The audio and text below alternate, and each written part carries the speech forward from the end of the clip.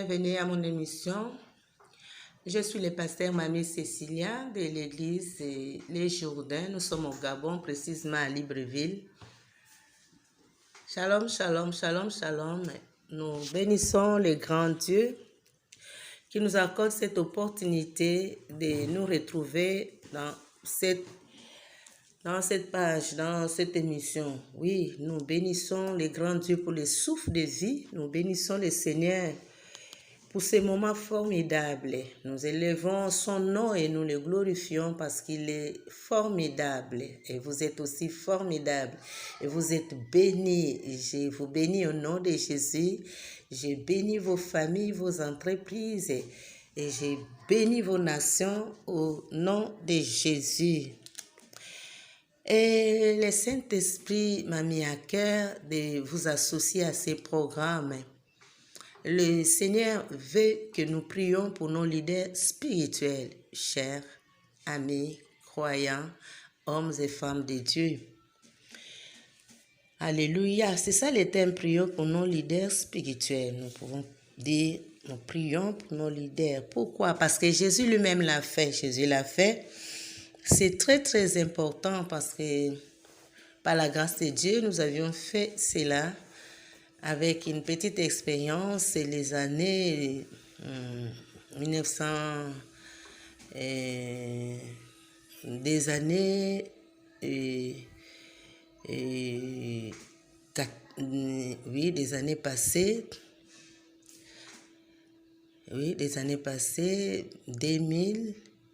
2019, voilà, 2019, 2018. Et le Seigneur a fait des grandes choses. Le Seigneur a commencé à visiter nos familles, à visiter nos églises, nos ministères. Le Seigneur a béni nos vies. Alors, je voudrais t'associer à ce programme. C'est pour dire que nos prières ne doivent pas être des prières égoïstes. Nous prions beaucoup pour nos nations, pour nos affaires, pour nos activités. Et il y a nos leaders qui ont besoin, ils sont au front, ont besoin de notre soutien. Je sais que vous le faites déjà dans vos églises. Mais vous allez comprendre des raisons tout à l'heure. Nous sommes dans le livre de Jean 17 pour écouter la prière de Jésus. C'est très utile, c'est très important de prier pour des personnes qui sont au fond, des personnes que Dieu a établies, que Dieu a choisies pour nous bénir, pour nous nourrir. Jésus dit dans le verset 15, je ne te prie pas de les ôter du monde, mais de les préserver du mal. Ils ne sont pas du monde, comme moi je ne suis pas du monde. Sanctifie-les par la vérité, ta parole est la vérité. Comme tu m'as envoyé dans le monde, je les ai aussi envoyés dans le monde, et je me sanctifie moi-même pour eux, afin qu'eux aussi soient sanctifiés par la vérité. Le verset 22, je leur ai donné la gloire que tu m'as donnée, afin qu'ils soient un comme nous sommes un.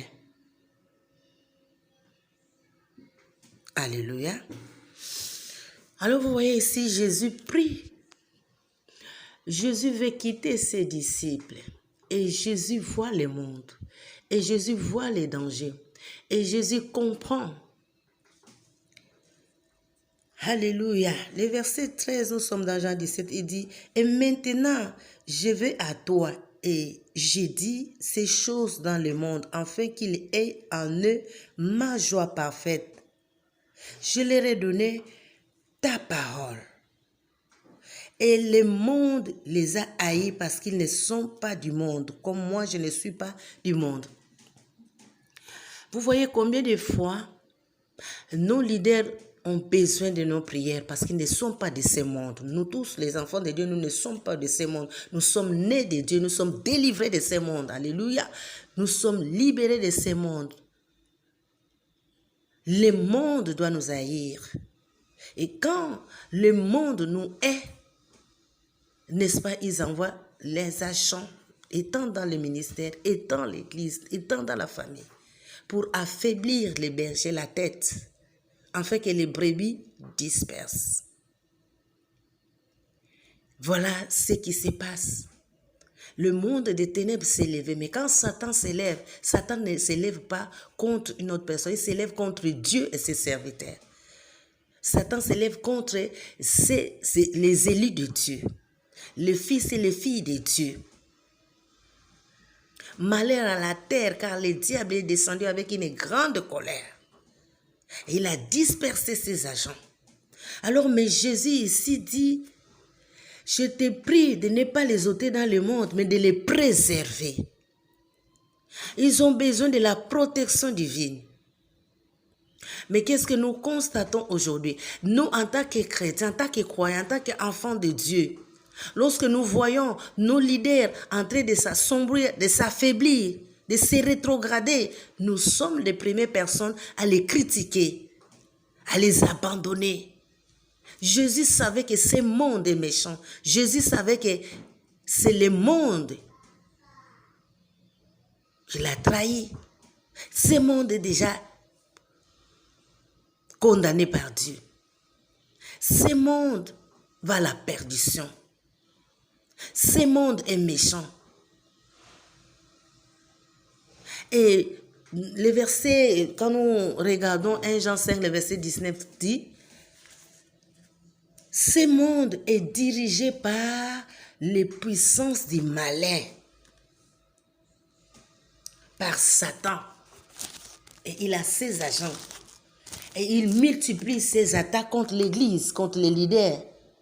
Nous savons que nous sommes des dieux et que le monde entier est sous la puissance du malin. Nous sommes des dieux et nous devons combattre contre les puissances du malin qui troublent l'Église, qui troublent les leaders d'abord la tête. Si nous voyons, bien-aimé, si tu es dans une église où ton pasteur est en train de coucher avec des choristes, tu dois te lever maintenant et aujourd'hui, au nom de Jésus. C'est le temps. C'est le temps de le soutenir. Ceux qui étaient autrefois remplis de feu, remplis de puissance, remplis de grâce, aujourd'hui sont faibles. Aujourd'hui, ils ne sont plus sanctifiés. Mais Jésus a dit, alléluia, sanctifie-les par la vérité, ta parole est la vérité. La parole, la vérité a disparu dans nos assemblées. La vérité a disparu. Comment est-ce que c'est possible qu'un oint de Dieu va aller chercher la vérité chez les diables? La vérité chez les sirènes? Et c'est les innocents qui subissent. Les filles vierges qui subissent. Ces démons-là sont dispersés à l'église. Alors, église, hommes et femmes de Dieu, enfants de Dieu, toi qui es encore resté debout, élève ta voix. En dehors de tes requêtes, en dehors de tes activités, là où cette parole te trouve, élève la voix et Dieu va te bénir. Prie même une seconde pour les leaders spirituels, pour les hommes et les femmes de Dieu qui sont en train de se compromettre, de descendre dans la bassesse, de rejeter la vérité. Ils sont éloignés de la vérité. Ils sont rentrés dans des mélanges. Jésus dit, sanctifie-les par ta parole. C'est la parole qui sanctifie. C'est la parole qui guérit. C'est la parole qui bénit. C'est la parole qui transforme. C'est la parole qui accorde la délivrance et le miracle. Ils ont perdu la parole. Ils ont abandonné la vérité. Alléluia. Voilà pourquoi, la raison pour laquelle, bien aimé, cette année 2021, si tu peux prendre l'engagement d'élever ta voix, même une seconde, même 10 minutes, pour les hommes de Dieu. Parce que nous sommes corps de Christ. Et si un membre est malade, c'est tout le corps qui est malade. Parce que nous constatons que si un homme de Dieu est tombé, a fait une bêtise, c'est l'évangile qui est en danger. C'est l'évangile qui est en danger. C'est tous les pasteurs qui sont insultés. C'est l'église du Seigneur qui est insultée. C'est Jésus qui est humilié. Alors, je vous appelle, le temps est arrivé de faire les choses importantes et essentielles. C'est la prière. Et non les prières égoïstes, toujours, tu pries pour toi et tu as beaucoup prié pour toi et il y a d'autres choses qui te résistent encore. La volonté de Dieu est que nous pensons à nos leaders. Si quelqu'un donne un verre d'eau, Dieu lui récompense, Dieu le bénit. Et si tu élèves la voix, je vous appelle parce que moi-même j'ai été béni.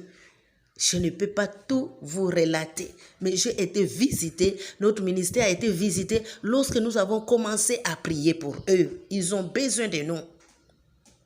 Maman pasteur, tu n'as pas besoin de faire la jalousie. Tu n'as pas besoin de faire la police. Mets tes genoux à terre. Mets tes genoux à terre. Quand tu vois que cet homme-là a commencé à changer l'évangile, cet homme-là a commencé à sortir les filles, cet homme-là a commencé à manipuler, il a commencé à ajouter autre chose à l'évangile. Mets tes genoux à terre parce que la prière, alléluia, la prière est capable de transformer la vie d'une personne, la vie d'une ville, la vie d'un pays, la vie d'un continent. Est-ce que tu peux dire amen? La prière, c'est une porte d'entrée de la puissance de Dieu. Lorsque tu élèves ta voix, Dieu n'a pas besoin de regarder les heures ou les minutes. Dieu a besoin de t'écouter. Jésus descend et sauve mon mari. Descend et sauve mon pasteur. Descend éternel. L'esprit de repentance doit descendre dans l'église. Le réveil doit revenir encore à l'église. Ceux qui sont assoupis, envoûtés par les cadeaux maléfiques, envoûtés par la sorcellerie, envoûtés par Jézabel, le Seigneur est capable de le sanctifier. Alléluia. Jésus a prié pour que son Père sanctifie les disciples. Nous pouvons prier, bien-aimés. Dieu qui écoute les prières, nous venons à lui. Prends un temps, mets ça dans ton programme. Peut-être c'est un appel, peut-être c'est ton ministère. Tu as toujours dit, Seigneur, je vais te servir, mais tu ne connais pas dans quel couloir. Si tu commences tous les jours, tu prends ça au sérieux, tu verras que même ta maladie, là, ça va disparaître. Même ton chômage, là, ça va disparaître. Parce que Dieu va te récompenser. Parce que Dieu va te bénir. Parce que si tu élèves la voix pour les serviteurs de Dieu, tu rentres dans leur bénédiction. Tu rentres dans le domaine de leur bénédiction. Et tu fais la joie du Seigneur. Tu fais la joie du Seigneur. Je t'invite, bien-aimé, à rentrer dans ce couloir-là. Élève ta voix.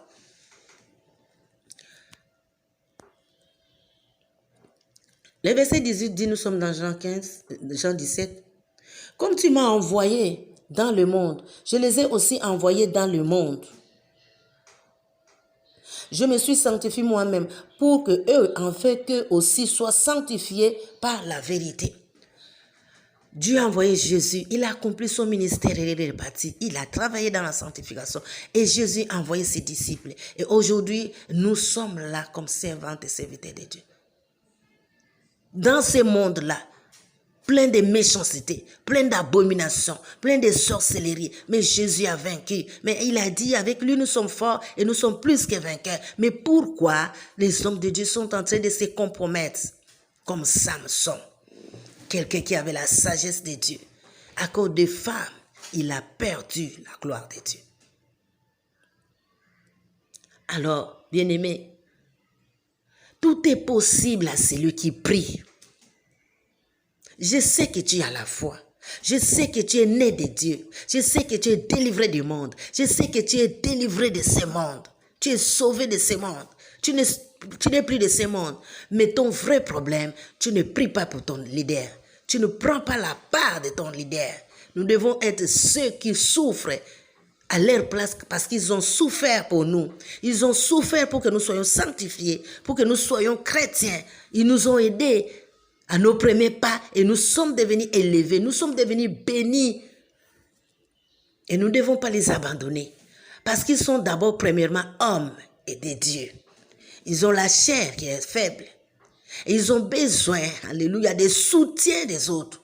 Ô peuple de Dieu, élève ta voix là où tu es. Élève ta voix, dis Seigneur, sanctifie mon pasteur. Sanctifie l'homme de Dieu. Sanctifie tes leaders. Sanctifie l'Éternel des armées, c'est lui qui écoute les prières. Amen, amen, amen, amen, amen. Alléluia. Nous devons être dans la détresse. Lorsque nous voyons l'adultère au milieu des serviteurs de Dieu, lorsque nous voyons des critiques, lorsque nous voyons des divisions, lorsque nous voyons des soulèvements, ça doit nous faire mal. Alléluia. Alors le verset 20 dit, « Ce n'est pas pour eux seulement que j'ai pris, mais encore pour ceux qui croiront en moi par leur parole, afin que tous soient un. Comme toi, Père, tu es en moi, et comme je suis en toi, afin qu'eux aussi soient un. » Où est l'unité au milieu du corps? Où est l'unité? Alléluia. Dans les médias, où est l'unité? Est-ce que vos yeux voient? Est-ce que vos yeux spirituels voient? Comment est-ce que vous voyez? Comment est-ce que vous regardez? Quand vous voyez les serviteurs de Dieu se soulèvent entre eux, s'insultent entre eux. Oh, nous prions que Jésus vienne, accorde l'unité. Parce que le diable, c'est ça, ses stratégies. C'est diviser pour régner. Le diable est rentré dans le corps de Christ. Le diable est rentré dans le ministère. Le diable est rentré pour distraire. Oh, qu'il soit anathème au nom de Jésus. Qu'il soit anathème au nom de Jésus. Seigneur, qu'il soit anathème. Seigneur, que le diable soit dépouillé. Que cette année 2021, qu'il y ait l'esprit de repentance au milieu des hommes de Dieu. Que tu visites ces serviteurs qui sont tombés dans la distraction. Il n'y a plus la vérité dans leur bouche. Il n'y a plus la vérité dans leurs prêches, dans leurs prédications, dans leurs sermons. Il n'y a plus la vérité, Seigneur. Il n'y a que le mensonge. Il n'y a que les critiques. Il n'y a que la colère. La chair se manifeste. La chair se manifeste. Mais toi, Jésus, sanctifie-les. Mais toi, Jésus, unis-les. Mais toi, Jésus, pardonne-leur. Délivre-leur de l'envoûtement, de l'aveuglement, de la sorcellerie. Alléluia. Seigneur, fais quelque chose. Les princes de ce monde se sont levés, les apôtres ont prié. Lorsque l'autre était persécuté, il est venu leur donner le compte rendu. Et tous, d'un commun accord, se sont mis à prier. C'est ça la volonté de Dieu. Seigneur, quelle est la volonté de Dieu pour ma vie? La volonté de Dieu est que tu pries pour cet homme-là. Sa bénédiction te reviendra. Dieu va ouvrir les écluses du ciel pour toi. Dieu va te guérir. Parce que tu auras à travailler. La prière, c'est un job. La prière, alléluia, c'est une chose importante qui puisse arriver pour promouvoir les intérêts de Dieu. Les intérêts de Dieu, c'est l'unité du corps. Les intérêts de Dieu, c'est la sanctification dans le corps. Les intérêts de Dieu, c'est la victoire au milieu des enfants de Dieu. Les intérêts de Dieu est que notre joie soit parfaite. Jésus a dit jusqu'à présent, vous n'avez jamais demandé, vous n'avez rien demandé. Demandez afin que votre joie soit parfaite. Est-ce que tu es dans la joie quand tu vois ton pasteur est devenu colérique, nerveux, il est devenu charnel. Il plaisante en public, il plaisante devant la chair. Est-ce que ta joie est parfaite? Lorsque tu vois les enfants qui viennent pour recevoir Jésus pour aller au ciel sont violés, sont détournés de leur salut, de la vérité. Est-ce que ta joie est parfaite vraiment? Voilà pourquoi je t'invite à la prière. Alléluia. Cette année nouvelle, c'est l'année de l'essentiel. C'est l'année de la prière. Et pas de prières égoïstes. Et pas de prières égoïstes. Lorsque tu libères ta prière pour quelqu'un d'autre, le Seigneur est content. Dieu cherche une personne. Ézéchiel 22, 30. Dieu te cherche. Commence à prendre ça comme un job. Commence à prendre ça comme un boulot. Cette prière-là a une grande efficacité qui sème la confusion dans les camps du diable. Si le diable a programmé quelque chose de malheur dans votre ministère, dans le corps de Christ, que la confusion repart dans son corps, que la confusion repart dans son corps, que la confusion repart dans son corps. Et si une personne, 2, 3, dans chaque nation, dans chaque pays, dans chaque ville, élève la voix dans ce sens de prier pour la sanctification du corps, pour l'unité du corps, pour la grâce coule dans le corps, pour que le réveil revienne dans le corps. Bien-aimé, Dieu sera glorifié et Dieu va descendre pour te visiter toi et non une autre personne. Soyez bénis et partagez ces messages. Soyez bénis et partagez ces messages. Et soyez connectés. Alléluia. Abonnez-vous, appuyez sur cette petite cloche des notifications et vous aurez encore d'autres requêtes, vous aurez encore d'autres vidéos. Nous devons nous lever, nous devons nous lever, nous devons nous lever. En dehors de ce que nous faisons dans nos ministères, nos leaders ont besoin de nous. Parce que David avait péché. David est devenu faible. Et David, c'est quelqu'un qui est venu, le prophète est venu lui dire, ce que tu as fait n'est pas bon. Mais le Saint-Esprit, lorsque nous élevons la voix, va les visiter. Dans les visions, dans les songes, le Saint-Esprit va les visiter. Regarde ce que tu as fait. Regarde ce que tu as fait. Et l'esprit de repentance va couler dans les églises. Et il y aura le réveil. Alléluia. Et le temps de rafraîchissement sera encore possible dans nos ministères, dans nos assemblées. Alléluia. Et Jésus sera encore glorifié. Jésus sera encore élevé. Jésus sera encore béni. Merci Seigneur. Afin que tous soient un, brisons la division, brisons les discordes, brisons le plan du diable pour diviser les enfants de Dieu. Est-ce que tu es uni avec ta femme? Est-ce que tu es uni avec ton parent? Il faut commencer à détruire la division au sein de ta famille, au sein de la société où tu travailles, au sein de ton ministère. Parce que le diable vous divise. Il sait qu'il y a de meilleures choses qui arrivent. Il sait que la gloire de Dieu arrive. Et il vous divise pour vous distraire, pour ne pas regarder les choses essentielles. Voici la vision que Jésus a laissée à ses serviteurs. Jésus a dit dans Matthieu 28, 19, allez, faites des nations des disciples. Et quand le diable rentre pour distraire, qui va regarder les nations non atteintes? Qui va évangéliser? Qui va aller dans les nations? Qui va aller de lieu en lieu, de nation en nation. Lorsque les hommes de Dieu ne sont pas sanctifiés, qui va gagner les âmes? Lorsqu'ils ne sont pas unis, Jésus a dit, je suis uni avec mon Père. Vous aussi soyez unis afin que le monde sache. Le monde ne peut pas venir dans le christianisme si le christianisme est divisé. S'il y a des bagarres, s'il y a des futilités, des guerres froides. Cette situation est obstacle à l'évangélisation, au salut des âmes. Les âmes doivent être évangélisées. L'Église doit atteindre son objectif de gagner des âmes, de former des disciples. Mais voilà la routine. Voilà comment est-ce que le diable distrait les serviteurs de Dieu. Voilà l'occupation que le diable donne. Les guerres doctrinales. Alléluia. Et nous bannissons cela par la prière. Nous détruisons cela par la prière. Nous élevons nos voix par la prière. Et Dieu qui écoute les prières, toutes les nations peuvent venir à lui. Amen, amen, amen, amen. Jésus a dit à ses disciples dans Jean 4, levez les yeux. La moisson est déjà blanchie. Levez les yeux.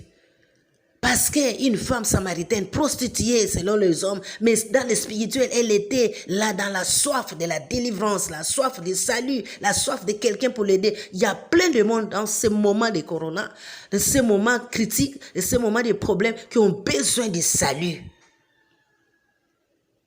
Les moissons sont là.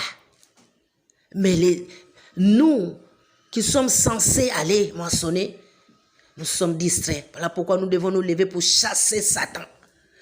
Ces démons, ces forces, ces puissances, qu'ils aillent en affaire, qu'ils aillent dans les lieux arides. Libérer notre temps qu'il prend inutilement pour autre chose, pour des futilités, pour la distraction, pour des querelles. Reviens à l'essentiel, la prière. Où que tu peux être, enfant de Dieu, fille et fils de Dieu, serviteur, servant de Dieu. Nous devons nous mobiliser dans la prière pour le corps de Christ, pour le corps de Christ, pour le corps de Christ, parce que une personne est malade, un enfant de Dieu est malade, est rétrogradé, est tombé, est mort spirituel, c'est le corps qui est dérangé, c'est le corps qui est malade, c'est le corps qui est dans l'affliction. Alors, Dieu peut arranger cela. Dieu peut arranger cela. Dieu peut changer cela. Le verset 22, nous sommes à la fin. Je leur ai donné la gloire que tu m'as donnée, afin qu'ils soient un comme nous sommes un. Jésus, en partant, il a laissé à ses disciples la gloire. Ce que Jésus nous a laissé, c'est sa gloire.